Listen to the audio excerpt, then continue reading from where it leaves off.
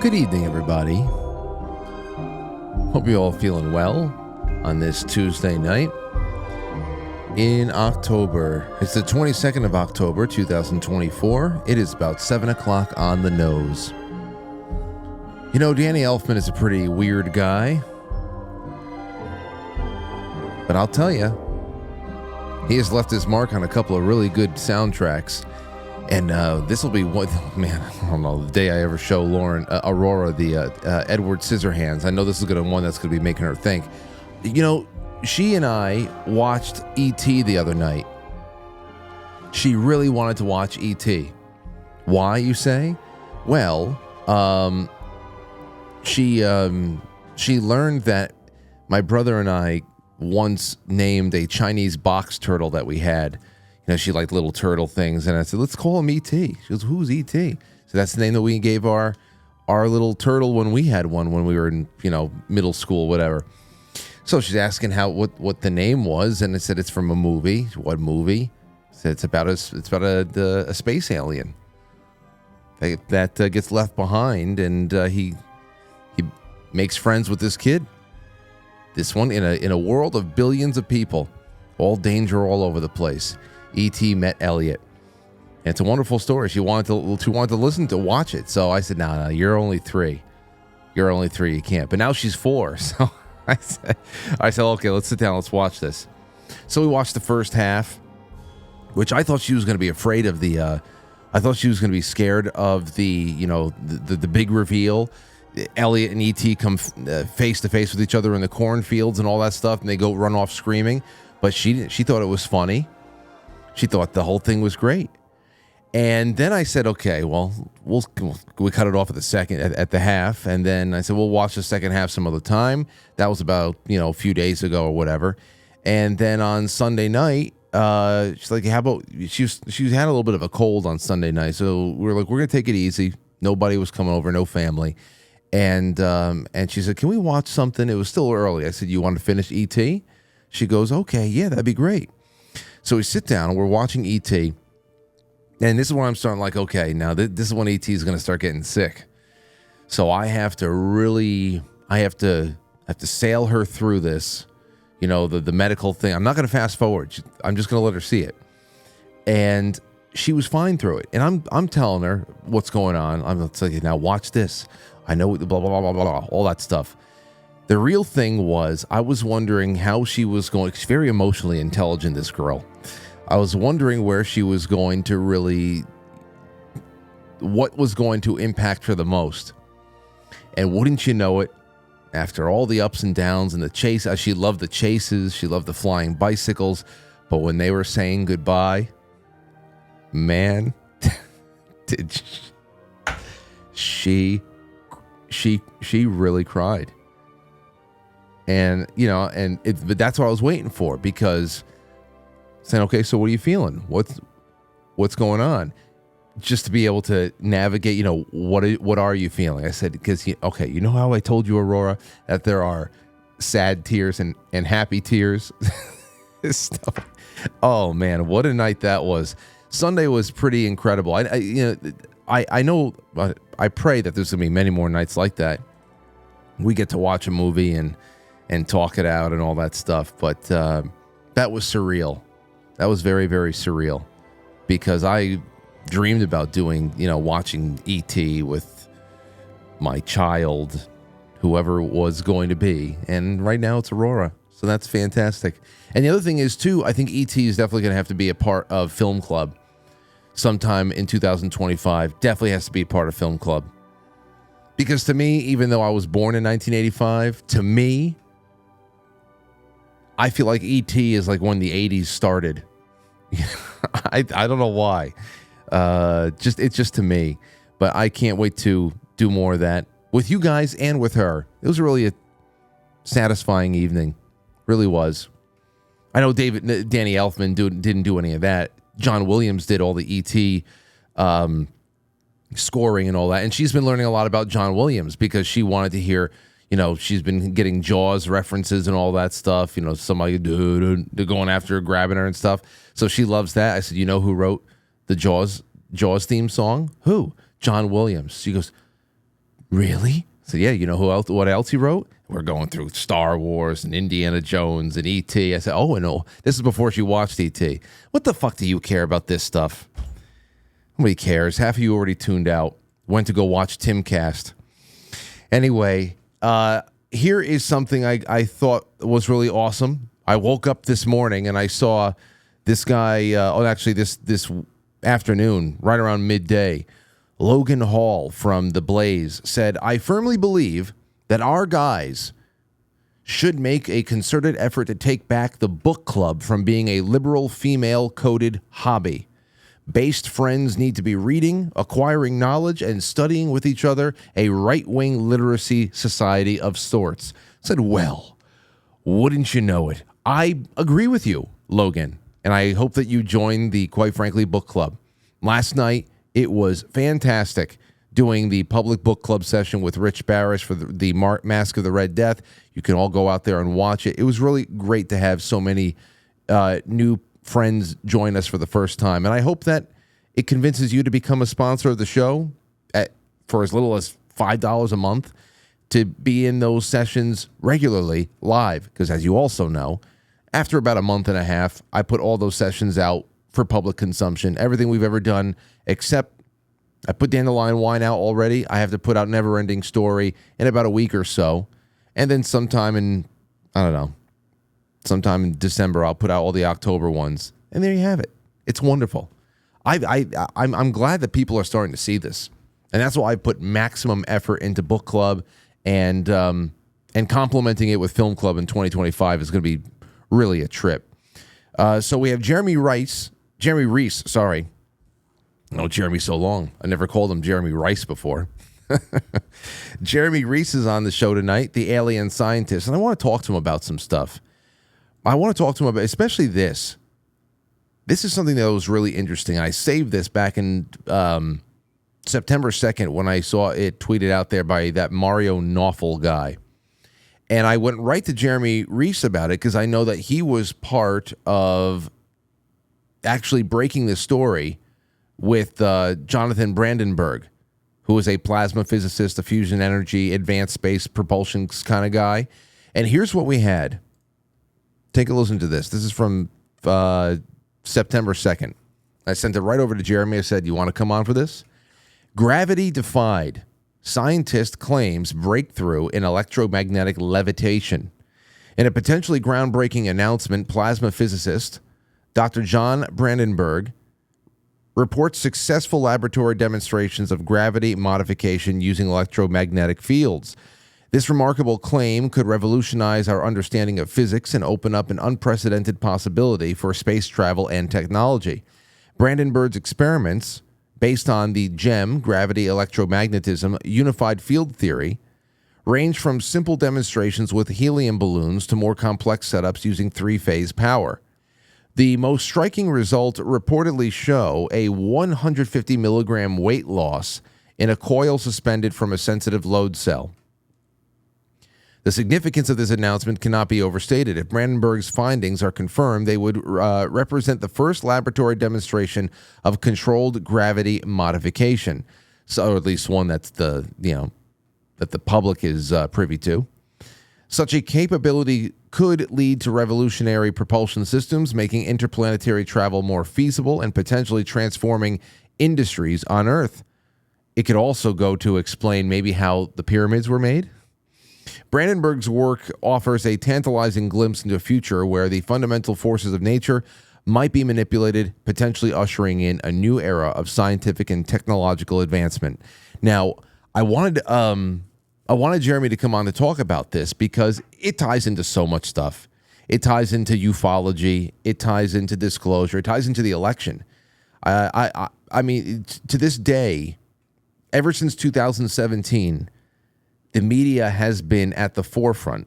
The once mocking media, okay, the media full of mockery for the subject, they have been at the tip of the spear of what has been soft government-controlled disclosures all along the way, from varying angles and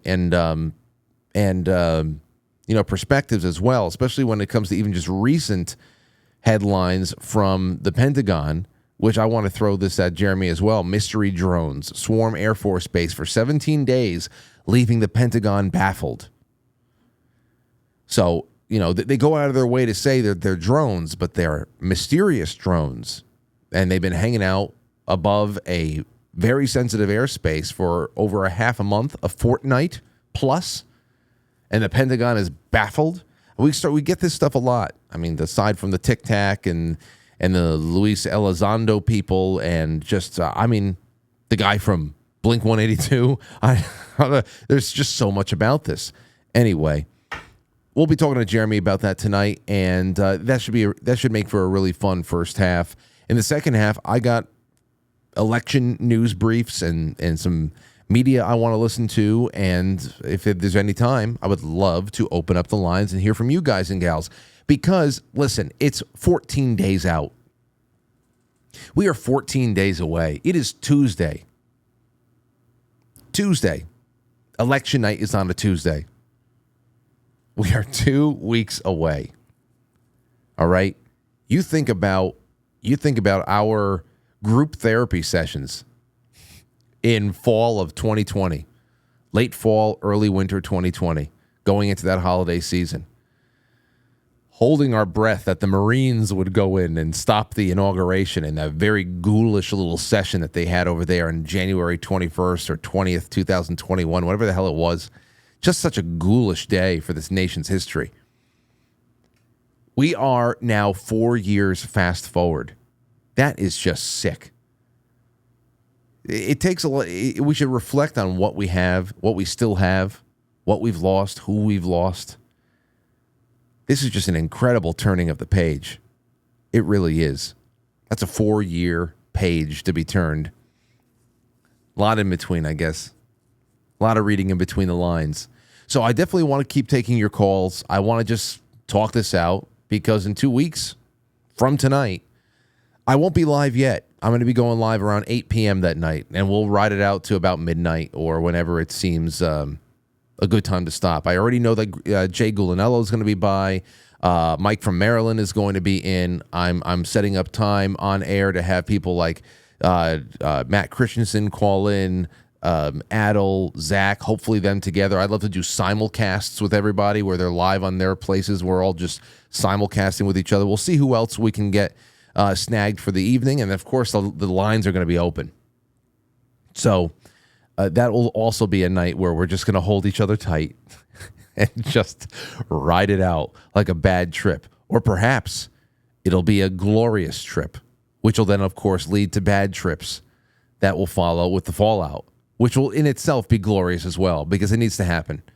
We need to shake the tree, see what falls out of it. Okay, we'll be right back because I want to add something else to this Jonathan Brandenburg finding before we start bringing in Jeremy Reese.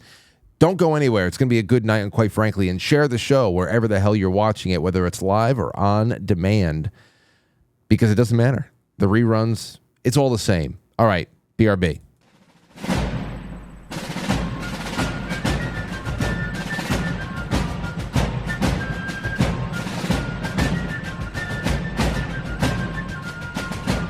You let one ant stand up to us, then they all might stand up. Those puny little ants outnumber us 100 to 1. And if they ever figure that out, there goes our way of life. It's not about food. It's about keeping those ants in line. That's why we're going back. Does anybody else want to stay? Let's ride!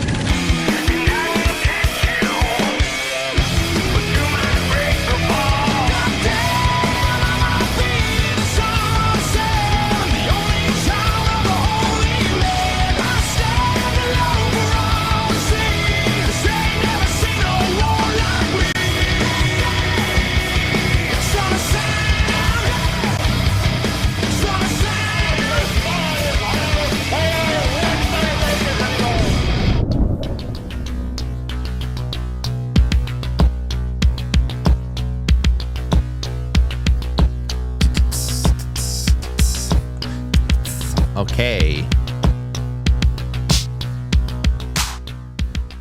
7:13 p.m. on the East Coast. Fun night. I love being back here. And I can't wait to do some redecorating in here. Can't wait. That's another, 2 weeks from now. 2 weeks from now, I get to do that. There's election night on the 4th, and I'm taking off Friday the 8th. Friday the 8th, right? Something like that. And it's going to be really great. The whole day just going to be in here working. Maybe I'll do some live streams from the phone, and also I'll loop you guys in for some stuff. It'll be nice and exciting things going into the holiday season and 2025. By hook or by crook, nobody's going to end. Nobody's going to piss in our Cheerios. That ain't going to happen. Okay, ladies and gentlemen, so here's what we have. I did a little bit of the Brandenburg thing, and I'll let Jeremy talk about that in a little bit. But it loops into something that we've never talked about. I've never read through all the way on this show. And I want to show it to you right now. Here it is. This is a blog post that we published, written by John Carroll, who will be here on election night, hanging out the entire night.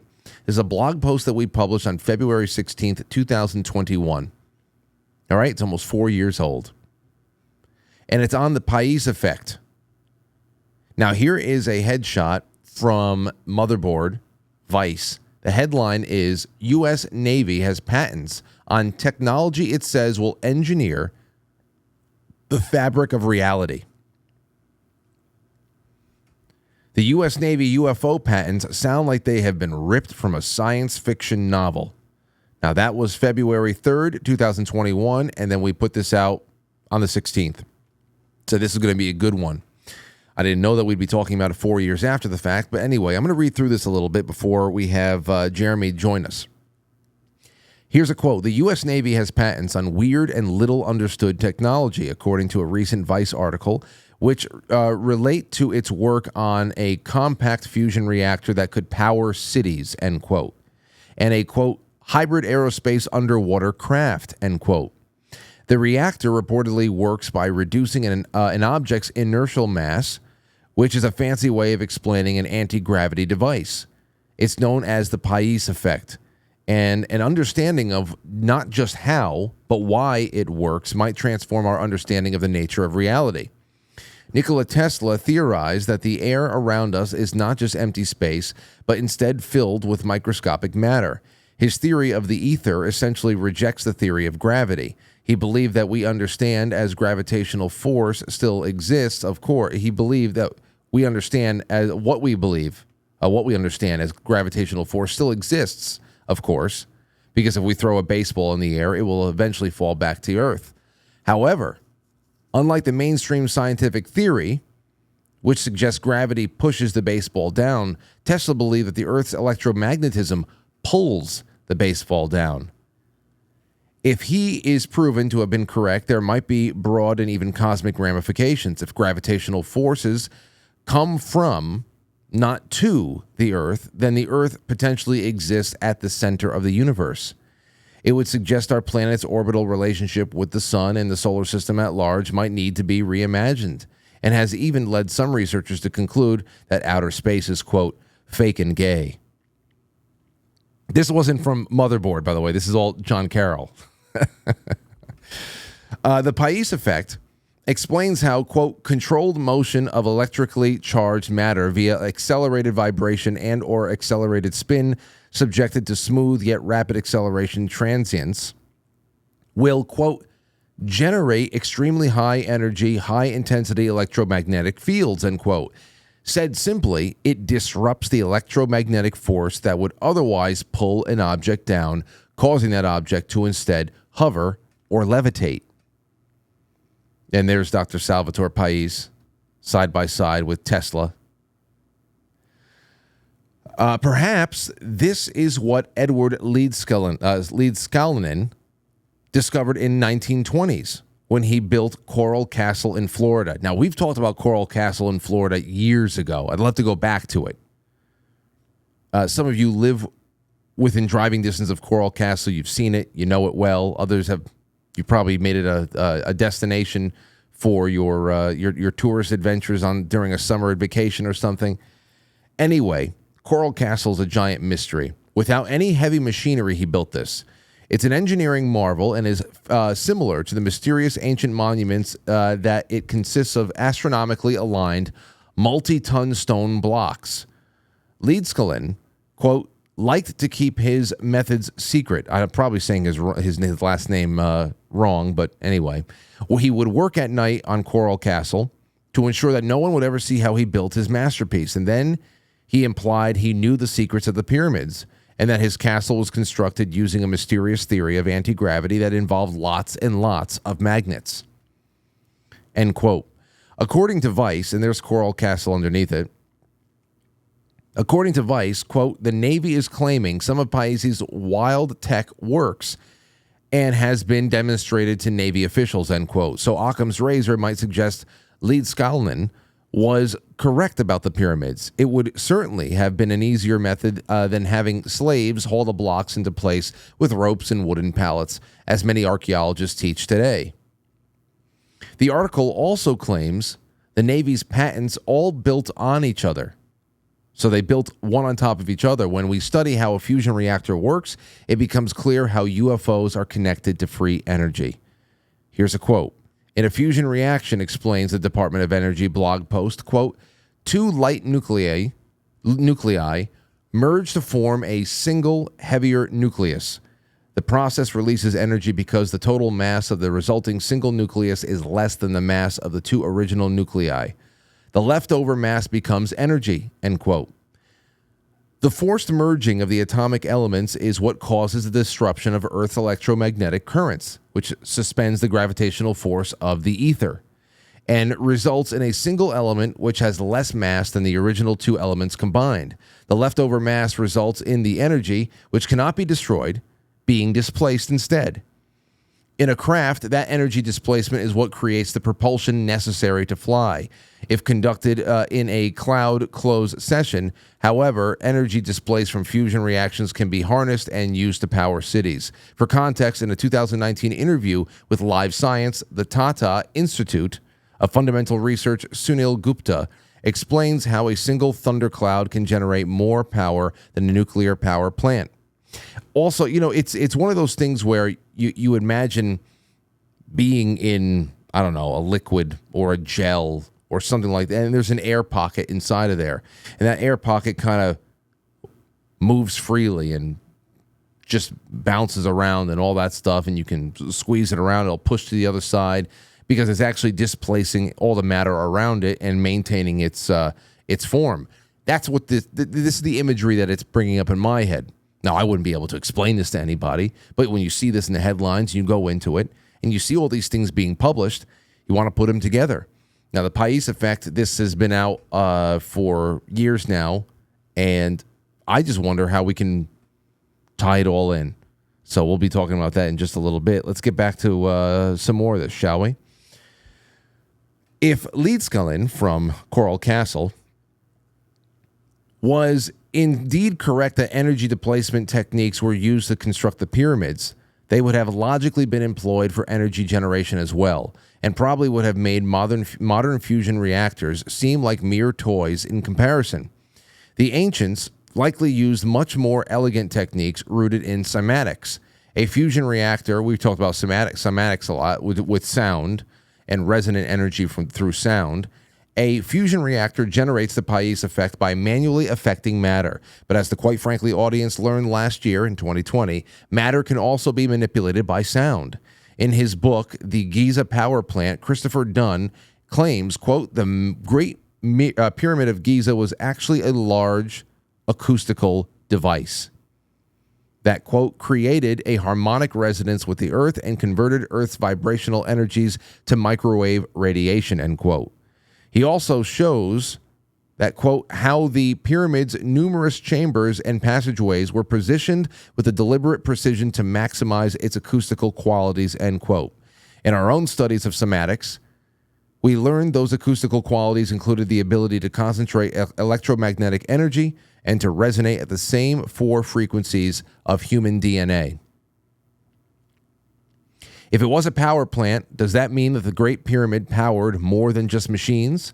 Did it also power people? As we're getting toward the end of our own work over here, take a listen. These scientific revelations force us to dream about transforming the world into a better place, but big changes often come at big costs. We touched on this dilemma when we explored the repercussions of losing the Library of Alexandria, how the elite have constructed global economies in such a way that humanity is in a proverbial Mexican standoff with itself.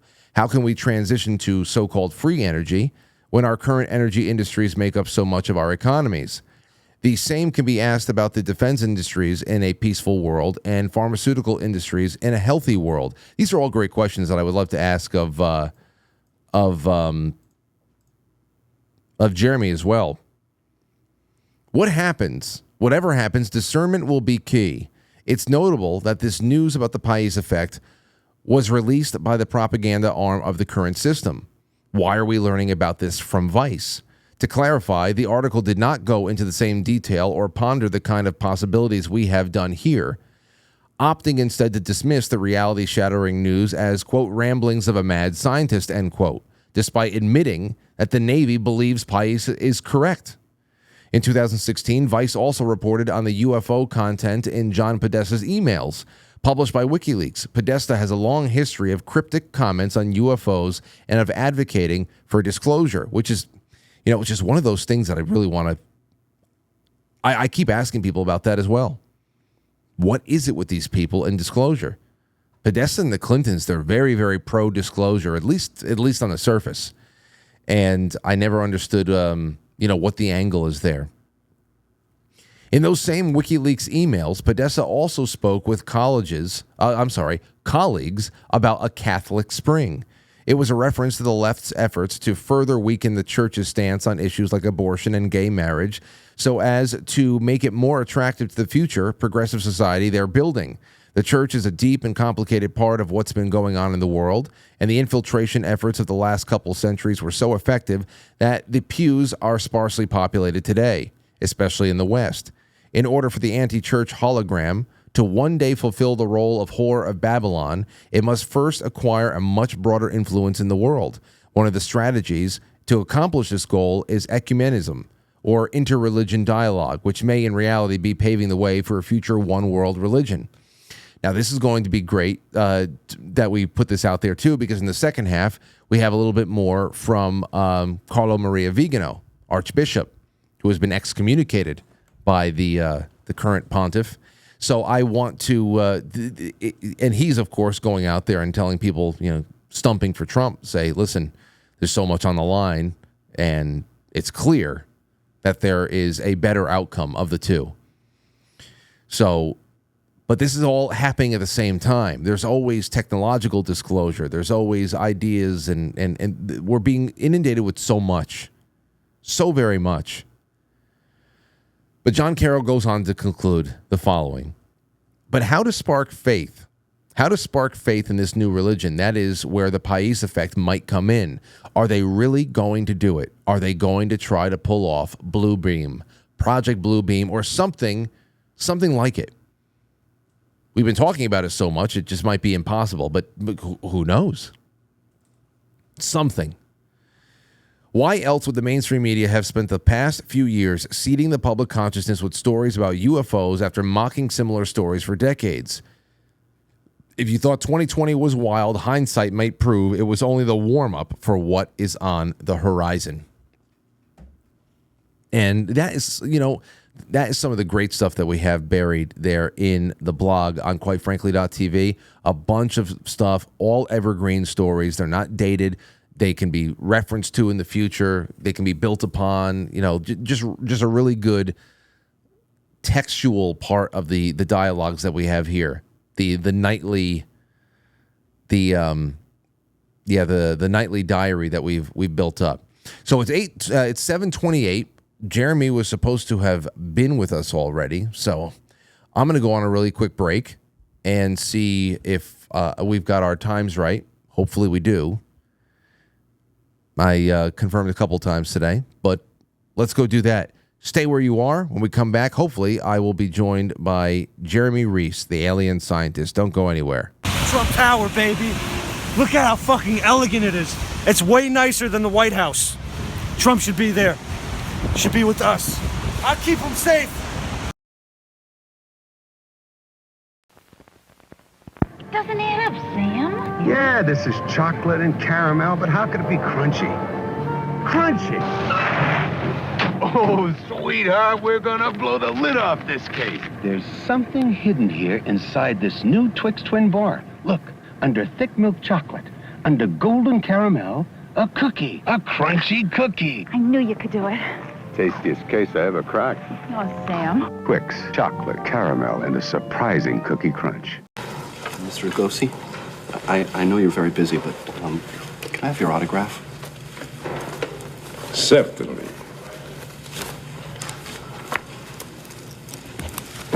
You know which movie of yours I love, Mr. Lugosi? The Invisible Ray. You were great as Karloff's sidekick. Karloff? Sidekick? Fuck you! Karloff does not deserve to smell my shit! That limey cocksucker can rot in hell for all I care! What happened? How dare that asshole bring up Karloff? You think it takes talent to play Frankenstein? It's all makeup and grunting. Bella, I agree 100%. Now, Dracula, that's a role that requires talent. Of course! Dracula requires presence. It's all in the eyes and the voice and the head. That's right. That's right. You seem a little agitated. You want to go outside and get some air? Bullshit! I'm ready now. Roll the camera.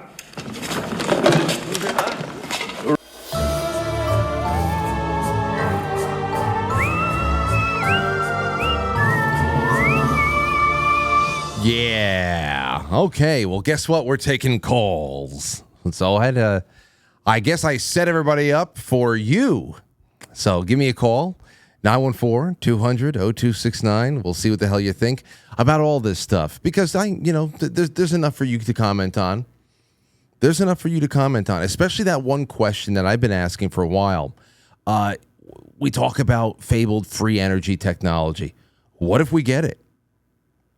I mean, everything, including our money, is based on so-called fossil fuels.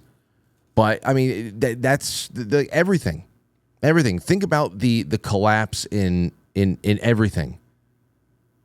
Energy prices is worked into every cost that we incur. I never understood that. Now, obviously, it's something I would love to see, but it seems like there would be a very, very, very painful transition. 914. Oh, you know what? I'm going to put it on the other line in case Jeremy actually shows up. Inside info. It's not an inside info line. It's just a hotline tonight. 914-369-1236. That's the one you're calling, so I can keep the other one open. Want to hear from you. And in the second half, I'll be getting into some news that I had lined up and a bunch of other stuff. You want to talk about something else? Some price control stuff. You want to talk about the collapsing of one cost or another?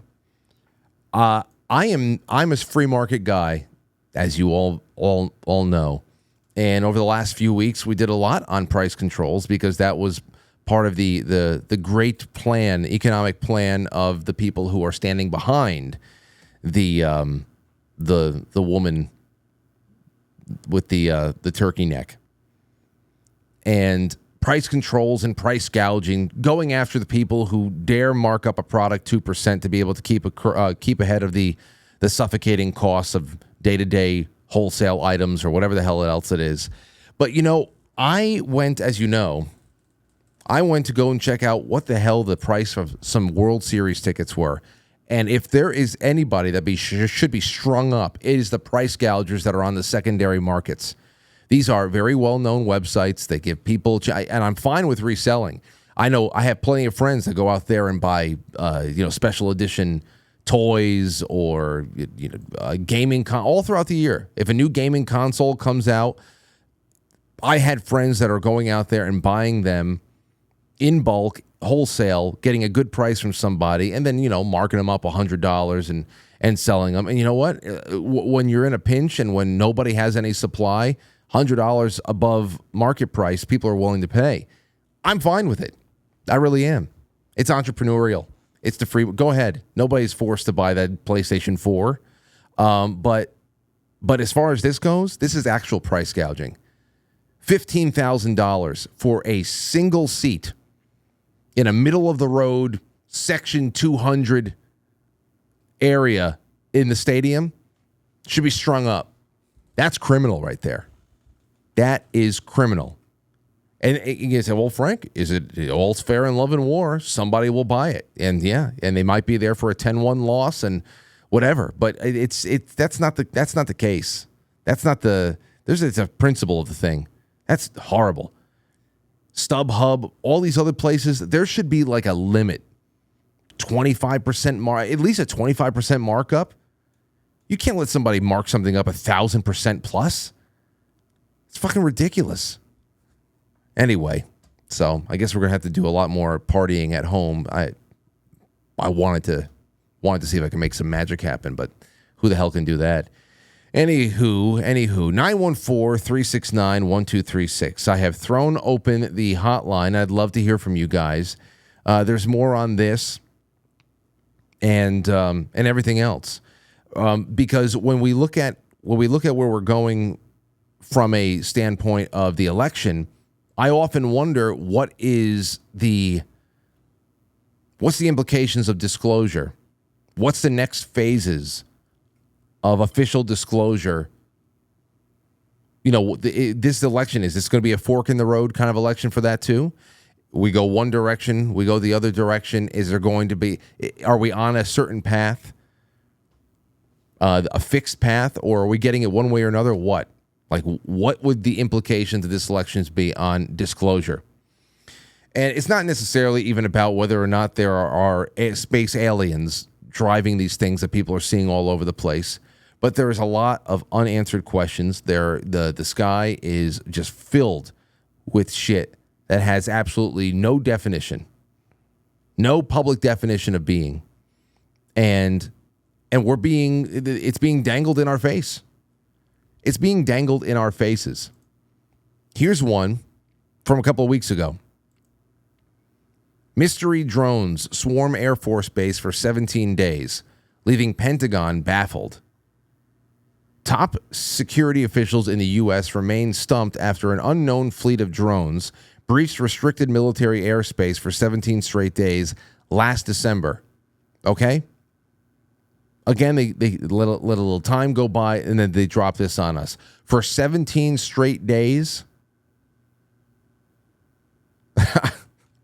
a new report, first detailed by the Wall Street Journal, which is behind an annoying paywall, says military personnel reported witnessing the mysterious fleet over a stretch of land at Langley Air Force Base along Virginia's shore.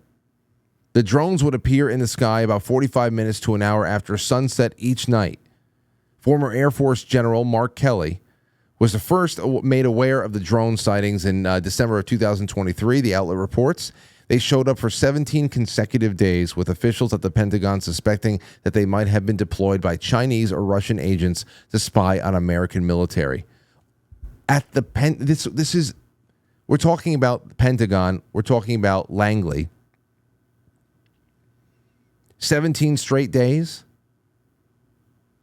unmolested, over that airspace is quite a remarkable statement. Now, whatever the truth behind it is, who knows? But I think they know making that statement is going to be quite remarkable.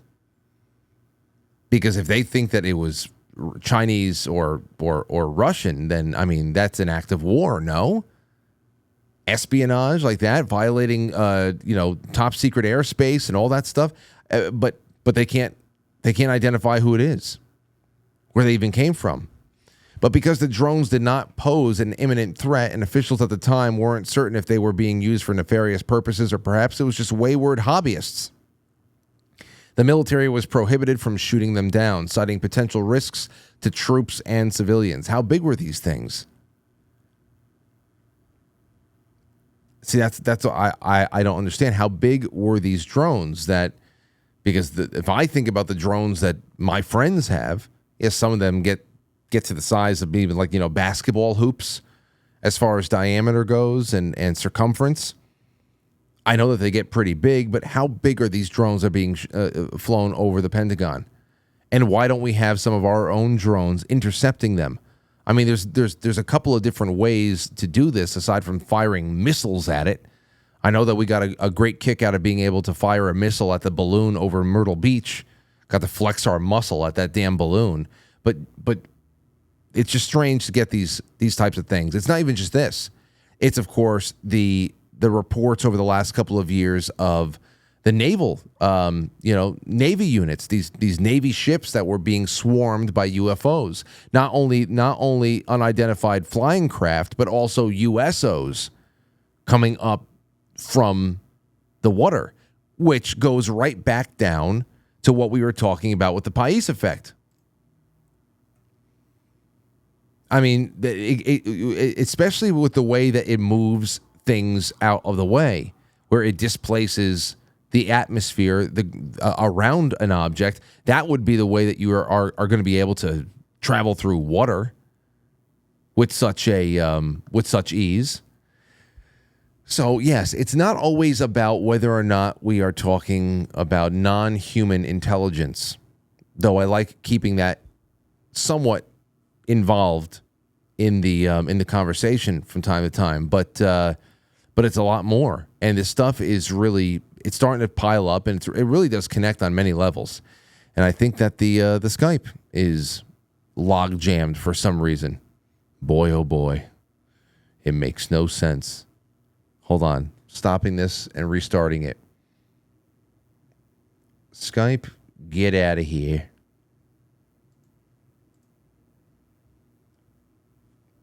Maybe that'll work. Try calling in now. If that doesn't happen, I'm going to have to sign out all together. All right, let's see. But because the drones did not pose an imminent threat, the White House met with Defense Department, the FBI, and the Pentagon's UFO office, as well as outside experts to discuss what to do about the mystery formations, but several solutions, including shooting nets to catch the drones and using electronic signals to jam their navigation systems, also did not make the cut. Nets. They were going to use nets.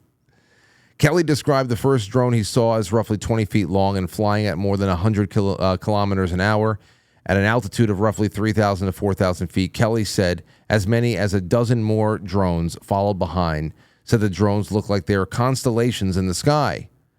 It was such an alarming breach that Langley officials canceled their nighttime training missions and moved their F-22 fighter jets to another base. Were they drones?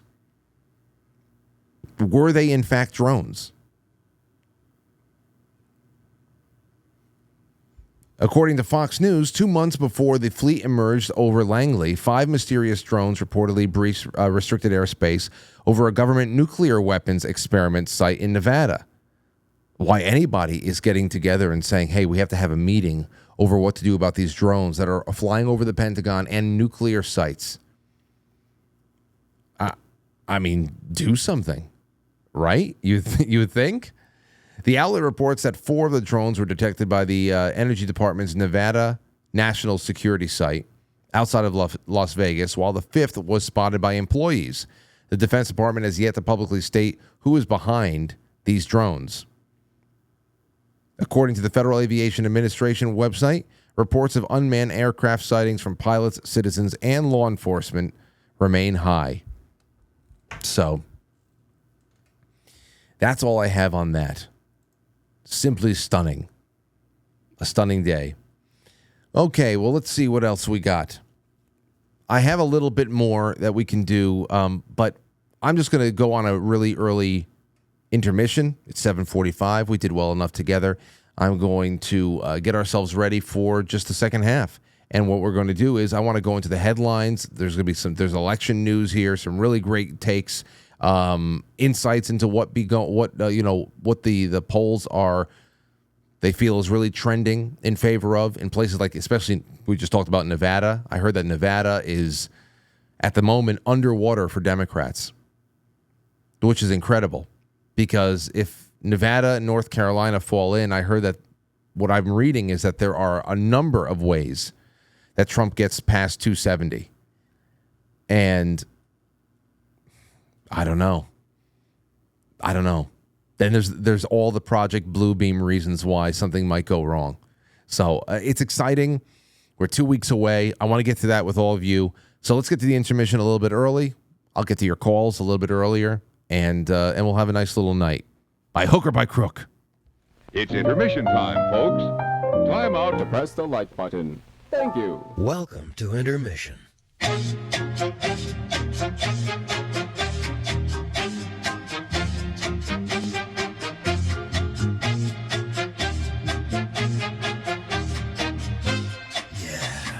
intermission.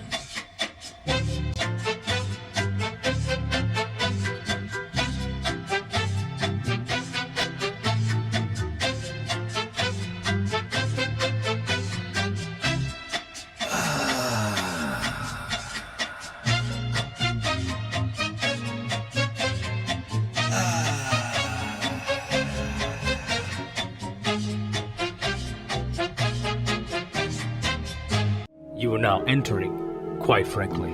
Quite frankly. Quite frankly. Quite frankly. Quite frankly. Quite frankly. Quite frankly. Quite frankly. Quite frankly. Quite frankly. Quite frankly. Quite frankly. Quite frankly. Quite frankly. Quite frankly. Quite frankly. Quite frankly, guys. Quite frankly. Quite frankly. Quite frankly. So everybody watch. Quite frankly. With Frank.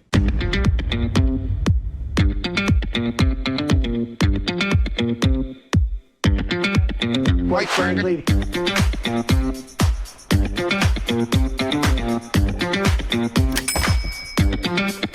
How dare you?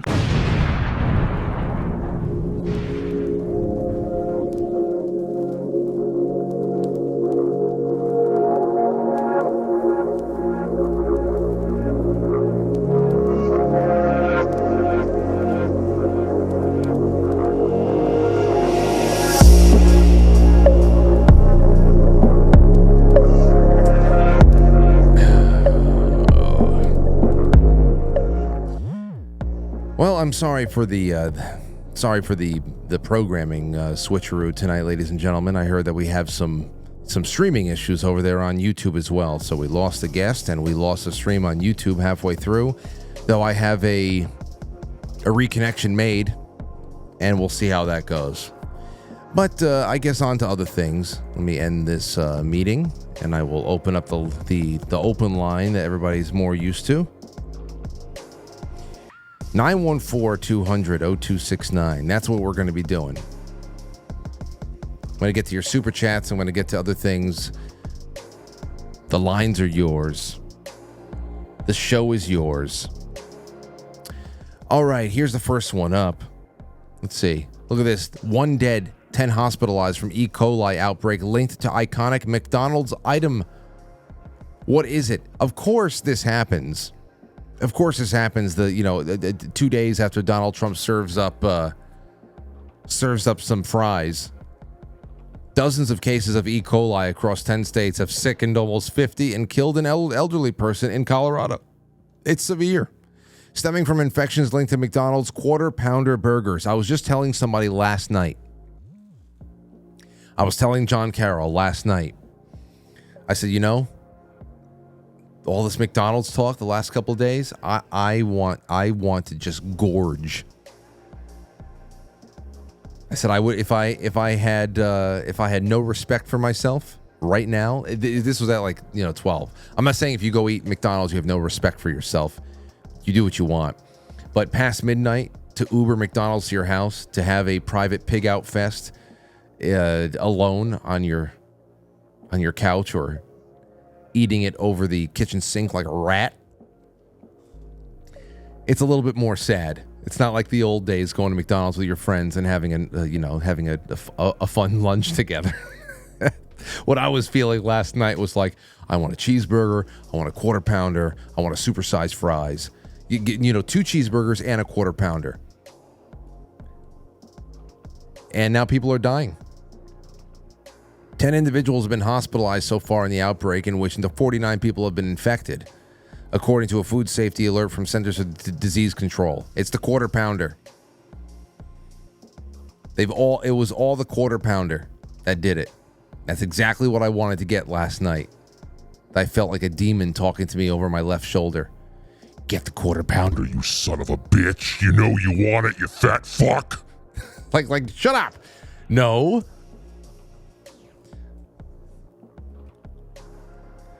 That's what the demon says to you whenever they're talking.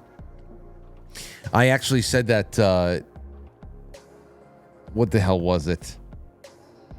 No, it's up on the, quite frankly, Instagram.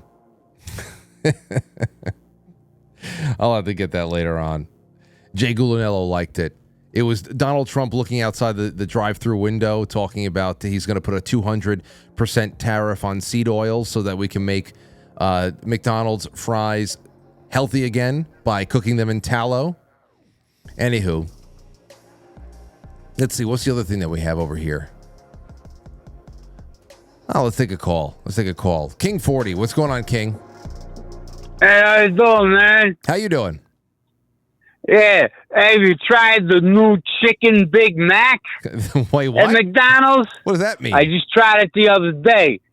It ain't the Big Mac, which is my favorite McDonald's item, but it's all right. Wait. So what did they do? But I do encourage people to try it. But what is it? Just a chicken? It's just a Big Mac with chicken instead of the beef patty? Correct. Oh, okay. So wait, and the Big Mac has two patties, right? Correct. And you get two chicken patties. It's like you just said. It's all Big Mac, except it's substituted chicken for beef. Okay. I got you. It's all right. I mean, it's not horrible, but I'm like a Big Mac aficionado, so I'm going to be a little prejudiced. Well, I'm that anyway, but let me ask you this. Not just towards Big Macs. Let me ask you this: if you were in, let's say that you were in line, you were down in, I don't know, wherever the hell Trump was, Pennsylvania or somebody, wherever the hell he was serving. Let's say that you secured yourself a place in that line, and he was going to hand you your Big Mac and your fries. What would you say to Trump as he passed the bag over to you? What would you say to him? I'm glad you asked that. If anybody goes to YouTube and looks up Donald Trump's appearance on The Fresh Prince of Bel-Air, I would have been like Carlton and been like, oh my God, this is the Donald, and fainted. Right in your car. Right, yeah, I would have. You know the clip I'm talking about, right, Frankie? Yep, I absolutely do. When Donald, yeah. I would have been Carlton. I would have been like, oh my God, this is the Donald. And little Rosie would have had to catch me. Hey, how many Big Macs have you eaten in one sitting? Like, what's the most you've ever Oh, yeah. I think we talked about this before. Half a dozen. You ate 6, and we've never talked about this before. I'm just saying, you ate 6 Big Macs in one sitting? Like routinely at lunch when I worked at an auto parts store. When I was like in my late teens, early 20s. That's wow. You were really... That would be my lunch. Yeah. But also late teens, early 20s. What are you talking about? 80s, the 1980s, early 90s? No 90s. All 80s. All 80s. Yeah. All early 80s. Yeah. Wow, man. That sounds like it's a lot of that's you're putting them away. They're probably a lot more healthy back then too. I would think so. I think everything was, not just McDonald's. You know what I'm talking about. Yeah. I think everything was. I think there's a lot of corruption going on across the board, and I think it's a good thing that the greatest president ever, Donald J. Trump, has got Mr. Kennedy on board to help with that, because everybody knows that's a big passion point for Robert Kennedy Jr., and he is a man that is needed as well for leadership in this country is Robert Kennedy Jr. I absolutely believe that. Are you voting on Election Day? Or are you doing early voting? I'm doing it the right way. I'm voting on Election Day. I'm going to cast my vote on Election Day for the greatest president ever, Donald J. Trump. Okay. There you go. Thank you for the call, King. Thank you for having me, my friend. All right. Take care. Oh, man. Oh, man. So, on that, let's look at some of the headlines here. Let's look at some of the headlines because there's a lot. On Citizen Free Press, Kamala's plagiarism problem is worse than we thought. Oh, please. Like there's ever an original thought knocking around in that skull of hers. We have to lock up Trump, says Biden. We're going to get to that quote in just a little bit. Republicans lead in Nevada early voting. Republicans lead in Arizona early voting. North Carolina early voting updates looking strong there too, they're saying. Georgia early. Now, here's the thing. I would love to know if anybody out there has had any problems. You can call in, open line. Let's just start getting the calls in. Have you had any problems with your early voting? Because there are people out there, especially in Arizona. I've seen that in Arizona, in Texas, Georgia. There's already people bearing witness to there being switcheroos with the voting machines.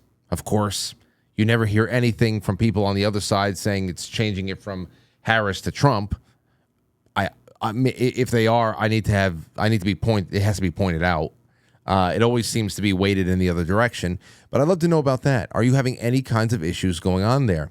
Now, there's a lot of demographic panic going on. We were talking about race-based panic the other night. Why Kamala Harris has lost the supposed black male vote.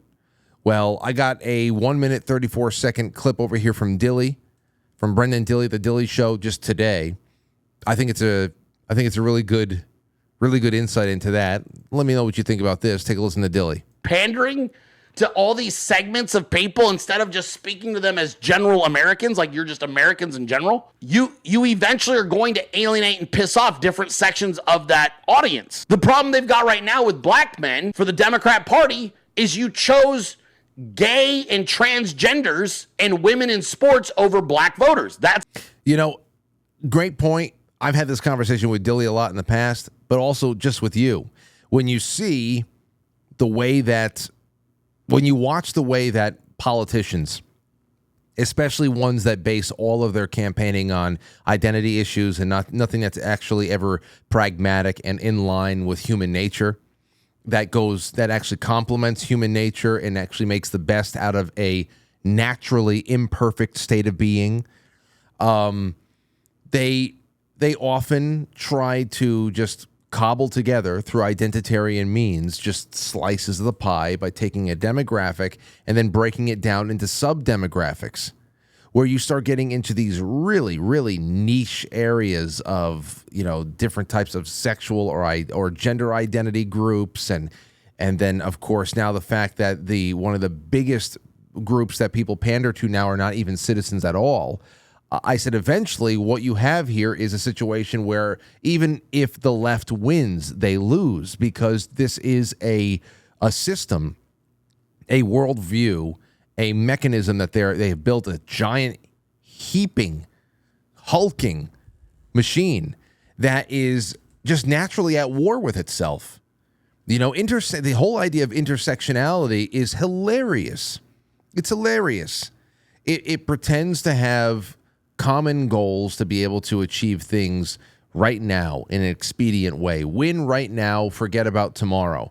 Because what happens tomorrow is that everybody who believes that their gripe, that their special brand of victimhood should be elevated above all else, they start going to war with members of their little rainbow coalition that they put together. That, you're a newcomer. That's when you'll see how much people really think the transgender stuff is really legitimate. Okay, once they start stepping on 400-year-old gripes with the black Afro nationalists and all that stuff, and there's a lot there, and it's constantly at war with itself. On the other hand, when you go farther to the right, not to the Republican Party per se, but when you go farther and farther to the right, to people who are more conservative in the way where they want to take more control over their lives and have less government intervention, those are people who are more ready to accept that there's plenty of people out there who live differently from them. And I'm not talking about people who live, boys who dress like girls, men who wear bras. I'm talking about every decision we make is probably different from people around us. And even if we make that decision, we're probably making it for slightly different reasons. I'm sure some of you are out there have got besties where you're like on the same page with a lot, but not all. And that's the real thing. That's what really makes us different. Everybody's motivated by something else. They make it all identitarian, all surface level, skin level, and that is more volatile than anything else because there's no reason there. There's no reason. There's no reasoning. There's no need to, because what your worldview and the conclusions you're drawing on everything has to do with what's between your legs and how good of a tan you have. It's always going to degrade into bullshit, and that's what we're having here. But so Dilly's spot on with that. But let me back up a little bit and let him take this home. I just had to interject. Pandering to all these segments of people instead of just speaking to them as general Americans, like you're just Americans in general, you eventually are going to alienate and piss off different sections of that audience. The problem they've got right now with black men for the Democrat Party is you chose gay and transgenders and women in sports over black voters. That's how that worked. And then if as if that weren't enough, that's just on the cultural side. On the economic side, you chose illegal immigrants over black voters. So black men looked up and went, okay, now I've got children, I've got daughters that play sports that have a bunch overwhelmingly white transgender dudes competing with them on the field. So you've alienated me there. And then you chose illegal immigrants to replace me in the workforce. And if my family needed help, we can't even get help financially because you gave it to illegals. This is what they've done at like every time you turn around, they can't figure out which, and all they're trying to do is placate the loudest minority within their organization, which is the fucking screaming harpy cat ladies, which is why men won't support Kamala, which is why illegal immigrants have taken precedent over black men, and why now you're fucked completely with Jewish Americans and Arab Americans because you tried to do that dance. It's pretty incredible. It is. It is, but it's very, very predictable. Incredible and incredibly predictable. That's just the way it is. I mean, listen, Joy Reid. I mean, they've at this point they're just like, how can we make up the votes that we're losing?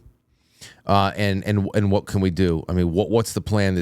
How many pipes are going to burst, and what do we have to declare when? You just tell us what the hell to do, because they're just pretty much calling every black man that doesn't go along with this anymore, and every black American male, because that's who they're really hammering down on, is the males in particular. I know that there's a lot of dissent with black females as well. And I hate even talking about this. I really hate talking about this. It's so sick. Black American, white, it's black and this and black. Well, what's the difference? Black with black. I fucking hate it. It's so. That's how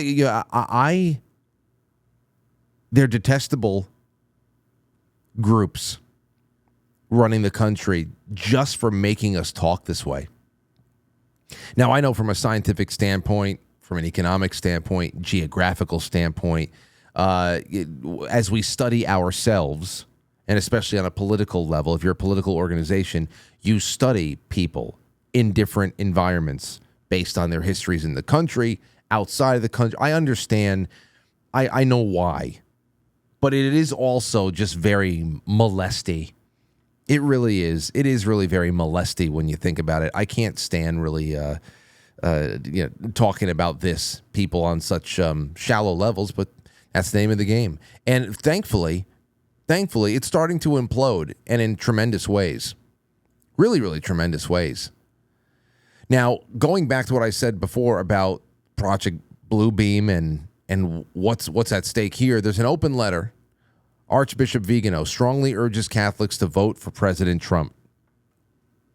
Wanted to get this out there. Written by Jerome Corsi. Oh, man, you remember him? Damn.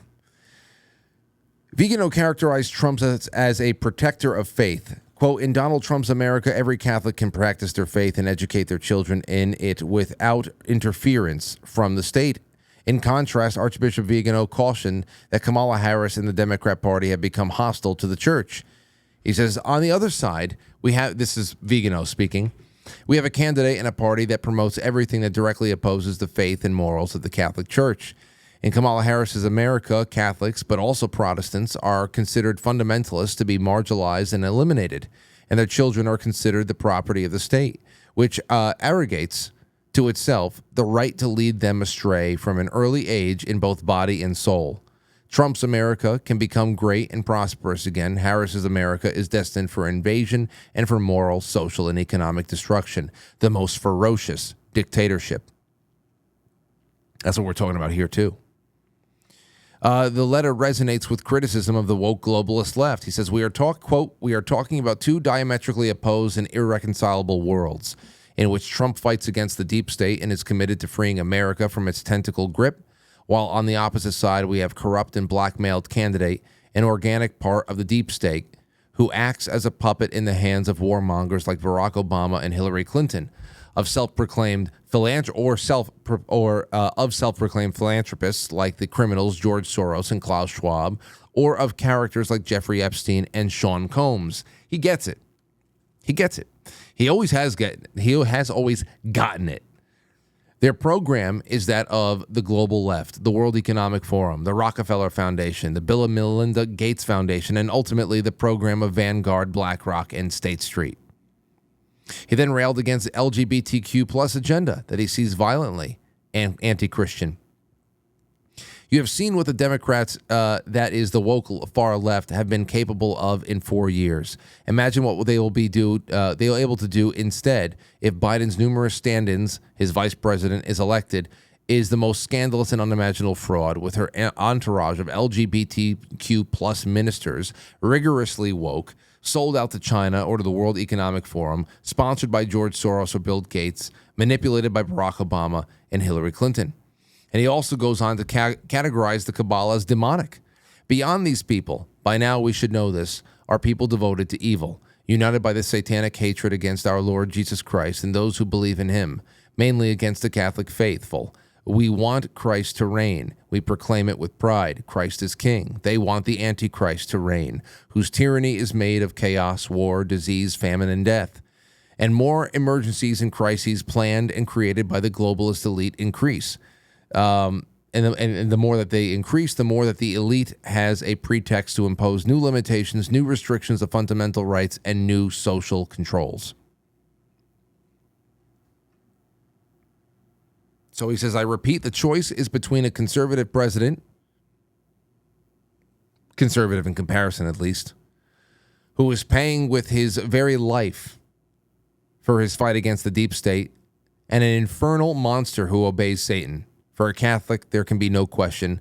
Voting for Kamala Harris is morally inadmissible and constitutes a very grave sin. Nor is it morally possible to abstain because in this war, declaring oneself neutral means allying oneself with the enemy.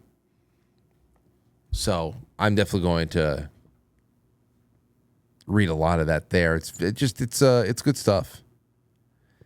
It's good stuff.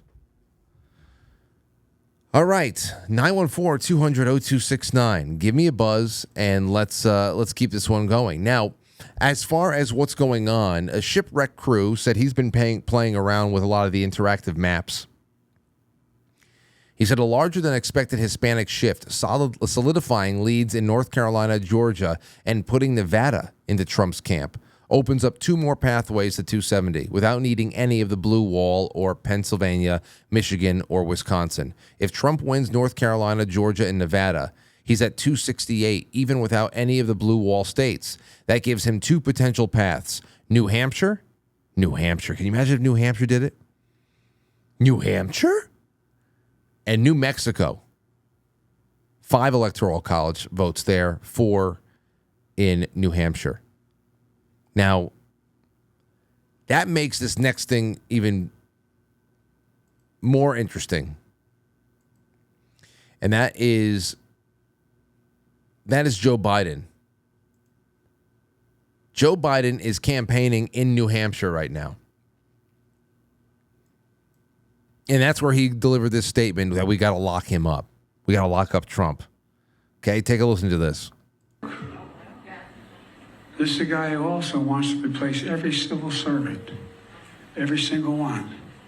Thinks he has a right under the Supreme Court ruling on immunity to be able, if need be, if it was the case, to actually physically eliminate, shoot, kill someone who he believes to be a threat to him.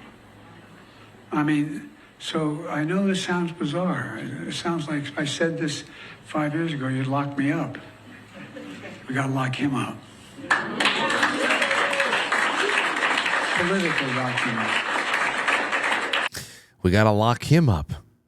Now, this was Alex Brusewitz. He's a Trump campaign advisor. I never knew about him before I saw this retweet. And I think it's a very, very astute observation here. He said the following. He said, a couple things stand out here. Number one, Joe Biden admits that he and Kamala have been behind every Trump indictment. No doubt about it.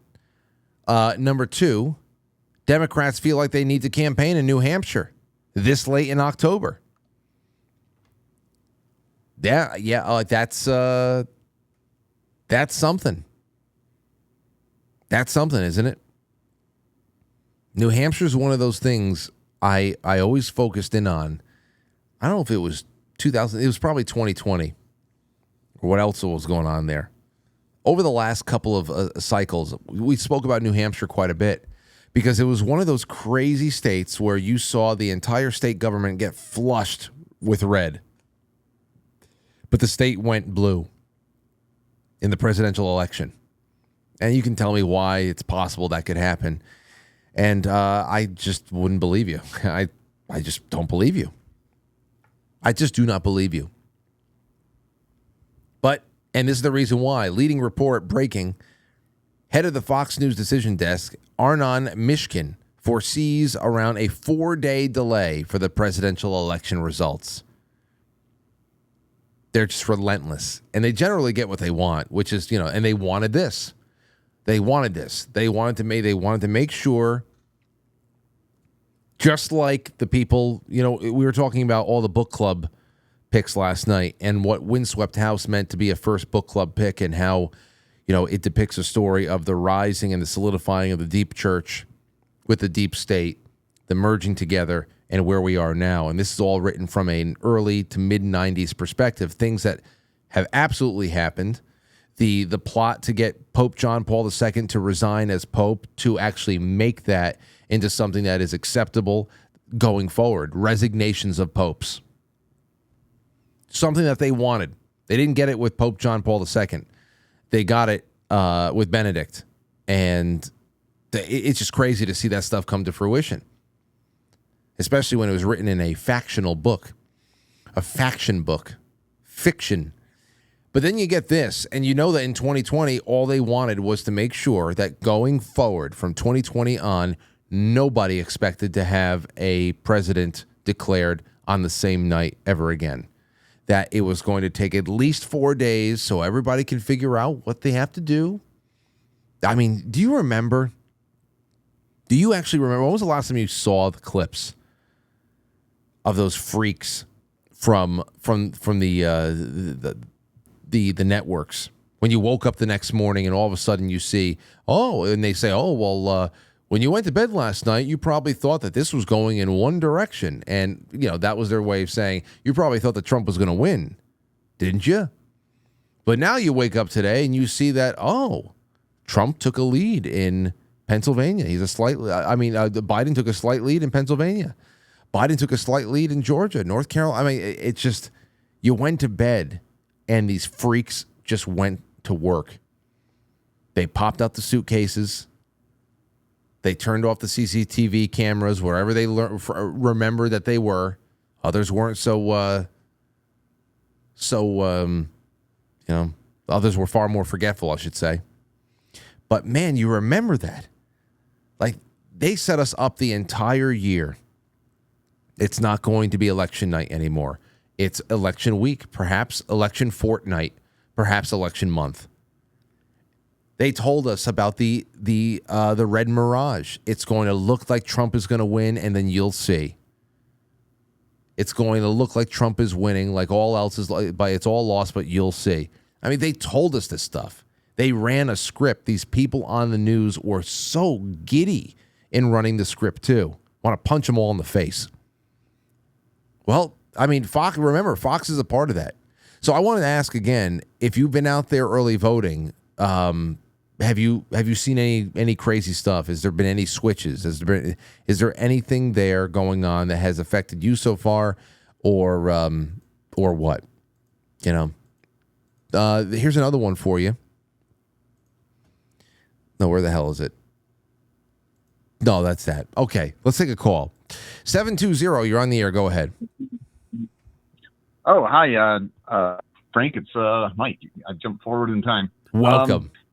I don't know. Do you want to talk about the drones? I heard Cliff High. He said that the drones over Langley were like 20 feet in diameter. Wow. And he also said that they can't. Well, they're like talking to each other, but they're not like talking to a satellite or someone on the ground.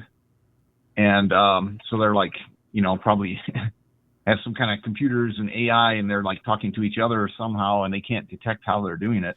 You see, for the Pentagon, for them to be harassed by these things, a fleet of them they've described over the course of 17 days, and for us to not have any kind of visual of what it is. I mean, we got the Tic Tac. Why aren't you? Especially if this is just conventional drone technology, then show us what's swarming. I would love to see this stuff. But 17 days, man, and 20 feet in diameter. Those are big devices. I don't know if those are hobbyists. Yeah, I'm thinking like there are so many Chinese. We think they're probably troops here in the country now, and they could pick up something in one of those shipping containers and might have like 2 really big drones per container. I mean, who knows what they're doing? And I don't know. Drone swarms kind of freak me out because I think they could be nasty. Yeah, I know. I don't. I think we're only just starting to get a little bit of an understanding. We're only just beginning to live around them, Michael. Yeah. So they're more and more everywhere, and it's something. I mean, it's going to be really interesting just in the future. I mean, you remember? Do you ever watch an NFL football game from like 15 years ago when they started bringing in all of the cameras that were actually held over the gridiron? Oh yeah, like on those wires. On the wires. Yeah, they were being. It was almost like having a drone about 15 years ago or something like that. That just just flew over the entire gridiron. They were able to capture all this amazing. Behind the passer, and you could just follow the ball. Yeah, catcher. Yeah, really flying cool around. Stuff. Hey, but that was all still. I saw a video from Ukraine it's like infrared video, and you see this one drone. This guy's like ducking under some garbage or trash or something, and he's looking up at the drone, and the drone just gets close, like 8 feet away from him, and all of a sudden, boom, blows up and kills him. So I mean, yes. Yeah, drones really. I worry about that. Yeah, absolutely. The grenades, I've seen those too. They have obviously they're not going to. Nobody's giving up the good old fashioned rocket propelled grenade, but there's also grenades that are being attached to drones and just flown all over the place. It's like Call of Duty now. So there's that. Thanks for the call, Mike. Okay. Yeah. See ya. Much needed. We're probably going to get off super early tonight, to be honest. There's a lot that has just kind of, I don't know, not materialized, which is strange. Anyway, yeah, that's you go back a certain amount of time, and not too long ago. I remember it's like Monday Night Football. They're introducing some new camera technology. It's just strapped across the entire field.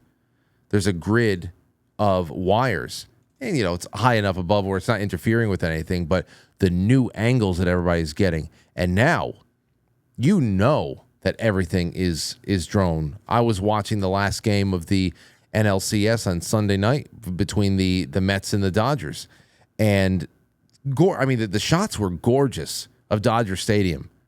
At dusk, sundown, you see that purple, orangey, creamsicle sunset in the background, the silhouette of the palm trees around Dodger Stadium. It was gorgeous. These are shots you were never getting any other time unless you brought in the blimp or you brought in a helicopter. And even then, it was a little shaky. There's only so much you can do. The drone footage is what it has done for television productions, live television productions. It's nuts. And then, of course, you've seen all the light shows in places like China. I mean, it puts fireworks shows to shame. It's incredible. 304, you're on the air. Go ahead. Hey, buddy. What's going on, Frank? Nothing much. Who's this and what's going on? Well, you can call me the Cherokee country boy from West Virginia, I reckon. Okay. And what do you got? It's about the Yankees, man. Been a Yankees fan a long time, since my first T-ball team. I even got an old cap from way back when. Both my boys, 11 and 9, have wore it. I'm 30, so that gives you a little time frame. But let's go Yankees. Well, that's about it. That's it. I hope so. It's fun to just be there, I'll tell you. And if they win, it's going to be one hell of a hurrah. Right before the election, I would that would be a great at least for you and I think it'd be a nice surge of adrenaline right before the election, huh? You ain't kidding, brother. You ain't kidding. Well, thanks so much for the call, and I hope you and the boys have a good time. You too, Frank. Appreciate you, bub. All right, take care. There you go. There you go. Cherokee out there. He's going to be watching the World Series. Real price gouging. That's what's going on right now. Ugh, just disgusting. All right. What else is it? Okay, let me take another quick break. Do I have a break left? Hold on a second. Because I have some after-hour stuff I want to tell you about. We're going to have some fun tonight. I'll do that in a second. 646, you're on the air from New York. Hey, Frank, it's Larry. Hey, Larry, how you been? Good, how are you doing? Oh, I mean, just getting through on a Tuesday night. I just wanted to talk about aliens tonight. Yeah, good. I went back to politics, and I was like, man, let's talk aliens. I was hoping to. I was hoping that we would be in the by 8:20 p.m. we would just be about wrapping up a full-throated. I had so many great questions, and my guest is absolutely nowhere to be found. So I don't know. Hope he's all right. Yeah, you had a little bit of some fuckery over on your YouTube stream for a little bit, so there's a lot of people bouncing around between all of your other streams as well. But it seems to be fixed now. Yeah, I don't know what the hell's. I saw that it was not on. So I stopped it and I put it back on and we're there, but everything else held steady. So it was just YouTube, whatever the hell it was. Yeah. And on the topic of UFOs and things like that, I coming from a slightly different cosmological disposition, mine being that a globe skeptic, as it were, the UFOs and that alternate cosmology that people are talking about these days, they're not mutually exclusive. And I thought that was a really interesting thing to at least bring up to maybe some of your listeners, is that from our world, extraterrestrial means extra land or of extra land. And all of this tech and everything that we see that's being introduced to us, it's been here and it's in here with us. And these, I've seen things in the sky I can't describe. I don't know what they are. And if you play around with the idea that there's extra land or there's extra space outside of Antarctica in all directions, we could be like a flyover 7 continents for these people, and I thought it would be an interesting topic to bring up because there's a lot of people, especially from the Hollow Earth community, would connect with the FE community on a lot of these things that don't get mentioned regularly, because usually within the FE community, it's like, well, if there's no space, then where are the UFOs coming from? And like most of the people that are in FE are old UFO junkies and space junkies and people that love Star Wars and like all this stuff. And my humble opinion is that this tech has been here. It's offshore in other places that aren't on our maps. If you like maps like I do, I love cartography. It's extremely possible, if not highly likely, at least in my humble opinion, that there is this tech that's from other lands that's not the 7 continents that we recognize currently. I have seen a lot of those maps. I've seen the perspective maps beyond the ice wall. I've seen that, and then of course for Inner Earth, Agartha maps, and I got into that a long time ago when I started first reading about all of the things that have been published, both confirmed and speculative, about Admiral Byrd and his expeditions to Antarctica. So the maps are always very intriguing, and I often wonder, not only as far as where they're traveling from, is it even people or beings that are traveling from a physical location, or is it another fold in space time? Is it a dimensional thing? Is it just I don't know. I think a little bit more. There's so much, as I say, there's so much going on behind the facing of the clock that we don't know about how all this actually works until, of course, we're all gone, and then we're just right back into the inner workings of it all. We got this kind of amnesia. But it's something to consider, and I've always dabbled with Inner Earth more than I had Flat Earth. But it's always very cozy to talk about it all. Yeah, well, I appreciate it. I just wanted to throw that out there. Love your show, buddy. So, but wait a second. So when you think about Admiral Byrd for a second, and there was I don't know if it's still out there, but there's a supposed a part of his diary where he's talking about going into, going beyond what is maybe the South Pole, and suddenly there is lush green lands again. There's the woolly mammoth, and then of course he is flanked by these flying saucers with the swastika and all that stuff, and he's brought in. That material gets really wishy-washy, and the water gets gray on that. The South Pole stuff he said publicly on Longbine's Chronoscope, or some weird name for a TV show back in the 50s. That stuff he's on record saying. On the story about him going to the Inner Earth and something about the North Pole too, that's gray water stuff that I honestly, no one can track. Yep. It was from a journal. I think it was his son's journal, or somebody published that, but no one in FE claims that part. That we didn't just go with what he said publicly on the television, but he said there was a lot more acreage beyond what he thought was the South Pole, and that he had gone as far as he had gone, and they had spent a better part of 20 years trying to get as far as they could past what he was considering the South Pole, and he was running into different sort of climates.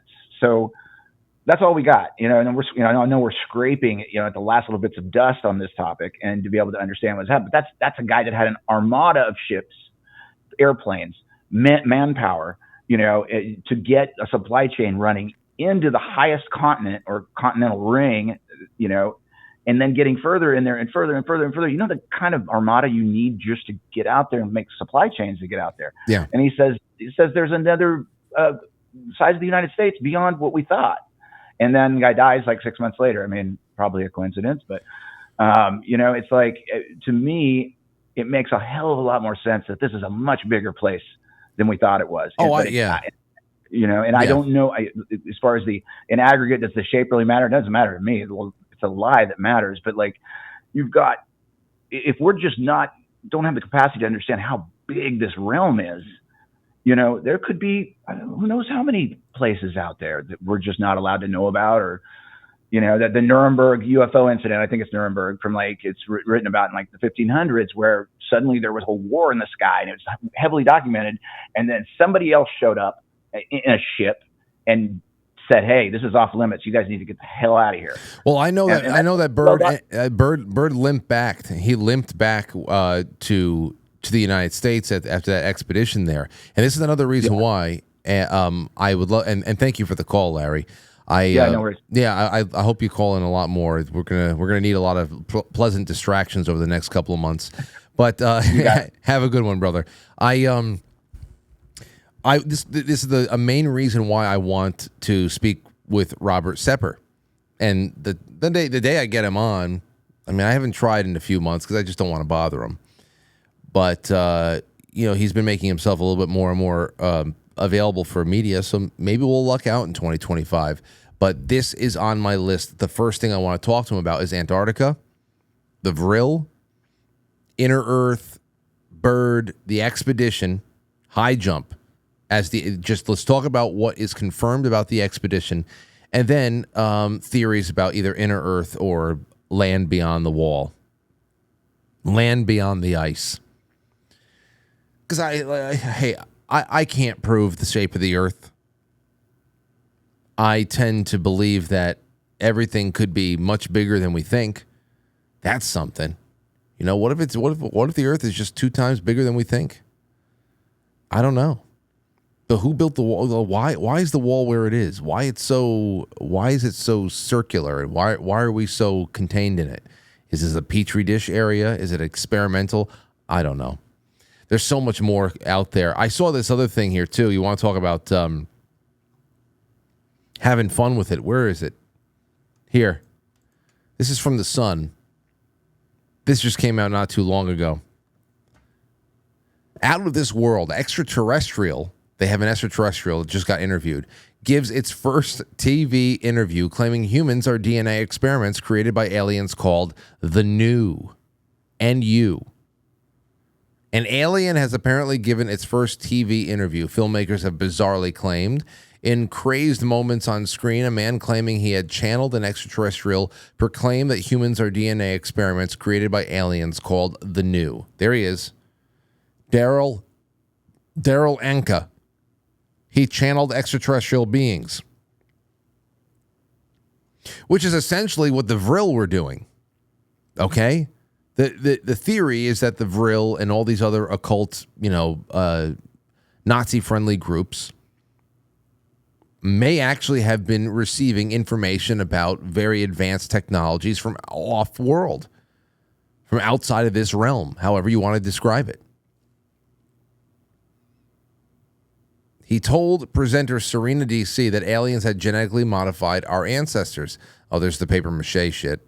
Serena DC is a filmmaker who had previously undertaken research into the bizarre alien mummies found in Brazil, which were papier-mâché. Daryl Anka, 73 years old, claims he channels an otherworldly entity named Bashar from the future. After a few seconds of twitching and shaking, Daryl transforms into Bashar, taking on an entirely different voice and mannerisms. Oh, can we see it? I want to see him shake. Oh, come on. Where the hell is it? Wait. In the wacky interview, a clip from which can be viewed above, he then goes on to claim the extraterrestrials are connected to the human race, and in fact, the New genetically modified our ancestors. Okay, where's the clip from above? That's not a clip. There's no clips. Oh, here it is. We're finally here. Here we are. I have to tell you, it's been such an incredible journey, and I want to thank you so much for letting me into your Why is life. it so low? My pleasure. Daryl, and getting to know you. It's been a rabbit hole already, and now I'm about to have an interview with an extraterrestrial. This is a momentous occasion, so I just want to say thank you before we get started. My pleasure. You'll never know how much this means to me. Oh, I appreciate the opportunity to allow him to share his message. So, Well, thank you. shall I let him come through? Wait a second. Oh, man, I wish this was louder. Shall I let him come through? Oh, my gosh. Oh, man, everything. All of my audio is jacked to the hilt. All of my audio. Why would they upload something like this so low? Don't they know that I'm going to rebroadcast it? Hold on. Let's see him shake. To share his message. So, Well, thank you. shall I let him come through? Yes. Yes. Give me just a minute. And then I'll say goodbye. See you See later. you on the flip. Yes. All right.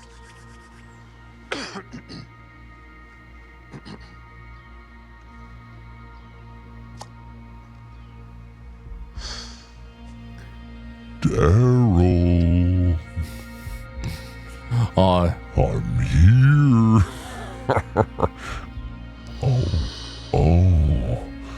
I'm coming through. You feel great, Daryl. You feel great. Oh, yeah. This is... You feel that? You like that? Well,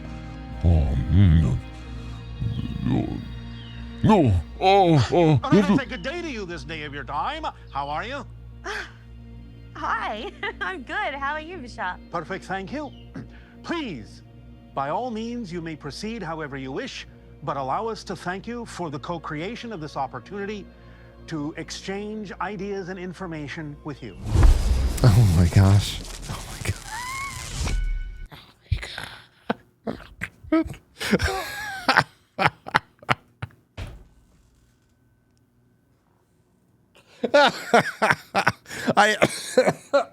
I have to find a clip. I have to find a clip with better audio. Oh my! I need to watch this whole thing. I have to watch this whole thing. Oh man, that's incredible. Listen, hats off to him. Wow. So there you have it. He was, and then he came in as if he had finally tuned the radio to the right frequency, and already the announcer was speaking. Hello and welcome to Dodger Stadium. It's just wow. Okay, I'm gonna save this because I have to go find the full episode, and I have to find the best clips. That'll be a Friday night, perhaps. All right, let's get to some super chats, and I'm out of here. Brewbark says, depending on when the states start counting their early votes, I'm hoping Donald J. Trump wins before the 5th of November. I hope so, too. Can you imagine that? Paulie9363 says, 10-inning loss. $1,002. Sounds like you know who's going to lose. 10-inning loss. A 10-1 loss. A 10-1 loss. Sounds like you know who's going to lose. No, I don't know who's going to lose. I'm saying, can you imagine spending $10,000 on a World Series game and having your team lose? You're there for you're there for a 2.5 hour drubbing. I mean, it's bad, you know. That's Captain Flint says, I broke down and just had McDonald's. Oh, don't tempt me. No, I'm not going to. I'm not going to. It's hell. You get these awesome cravings throughout the night. You're like, oh, man, I want to put away this, that, and the other. And you say, nope, just slug some salt water and go to bed. You don't need it. Your pancreas will thank you. But, you know, then you wake up in the morning, you say, you know, just wait until tomorrow. Not necessarily with the McDonald's, but other things. Like at night, I get cravings for all types of things. I start planning my breakfast out. I'm gonna have a bomber sandwich. It's like 3 eggs and bacon and sausage and chili and all that. I'm gonna get everything. I think of all the types of things that I want to eat late at night. I control myself. I go to sleep. I wake up the next morning, and everything passes. And I don't have. I usually don't even eat until like 11:30, 12 noon. Don't eat it. And I had this great new protein shake that I'm trying out right now. I'm like half a week in, and it's really awesome. I mix it right in with my coffee. I'm not even using milk anymore. But 2 scoops of this thing, they had 50 grams of protein, and it's clean. It's only got a little bit of stevia in there. I showed it to Jay Gulanello. He gave me the thumbs up. He said, tell me how you like it. It's awesome. And I'm not getting paid by them, so I can talk about it. And I'm not, I'm not getting a toaster if one of you go out and tries it. But I have never mixed my protein shakes. Whenever I do, just throw them into the mix. I never mixed them with coffee before, and it has been splendid. It's a meal replacement. It's actually 400 calories, 500 grams of 50 grams of protein, 5,000 grams of protein. It's fantastic. 5,000. I come in here as one big kidney stone. It was 5,000 grams of protein. Okay, let's see. Thank you, Porpoiseful. Thank you, Sean Joe. Stephen and Lori says, I know it's frustrating when it doesn't go as planned, but just random chatting is fun too. I had a lot of fun with you guys. I wish I had more of you guys call in, though. That would have been a lot easier. But I understand. You're just trying to relax. You're not trying to do anything too strenuous. Robert Sarnes, thank you. Really great to have some of the super chats come in on the gold pills. And then Jay Britt says, really graceful did a dive on the new DOD directive to bring the military in to support police in domestic uprisings, just in time for the elections. Listen, think about the inside information I got last night about some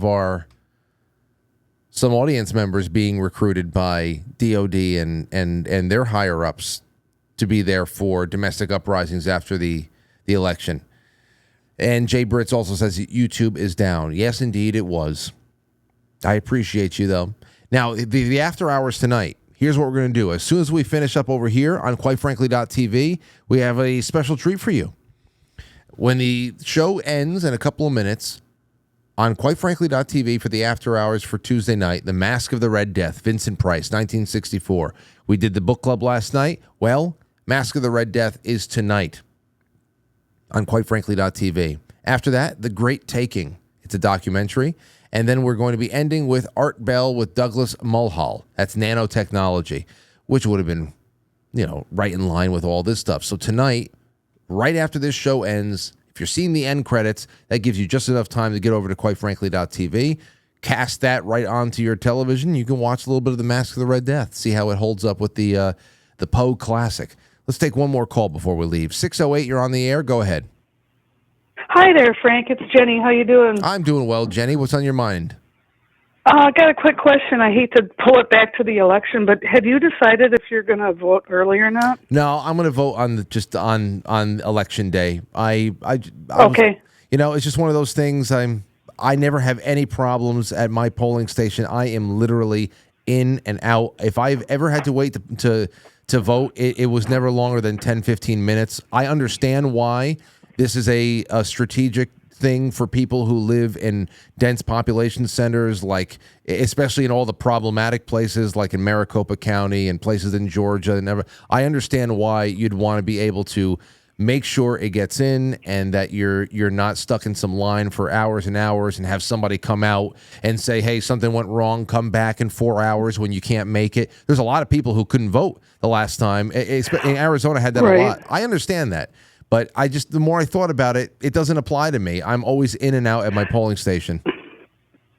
Well, I've never done it before. I did it this time. I know Trump's been pushing it, and I'm not really sure why. I guess maybe just to get all those votes in there or something. But no, it's probably interesting thing. I have to tell you. Go go ahead. No. Go ahead. Interesting thing that happened when I went was that there was a guy with a neon sticker that said election observer, That guy was just sitting there staring at his phone. It looked like he was sitting there waiting for jury duty or something, He's observing. It was kind of interesting, but... Come on, Jenny. He's observing the election. He was observing his phone, and then he'd look up real serious, like, I'm watching you. I know. I see you there. You better just vote once. Yeah. So, I wanted to wait till the 5th, but I think I might be out of town, so I went ahead and did it, and have to hope it doesn't end up in a ditch somewhere, I guess. No, I don't. Listen, I don't know. I don't seem to. I don't have any reason why it wouldn't. We're just in a different type of zone right now, and I'd have to think that whereas the best thing that people can do is go out and vote. I mean, the early voting is what he's been really pushing. And to your point, you say, well, why is that? And thank you for the call, Jenny. Why is that? Maybe there's somebody out there that has all the pros and cons a lot more together than I do.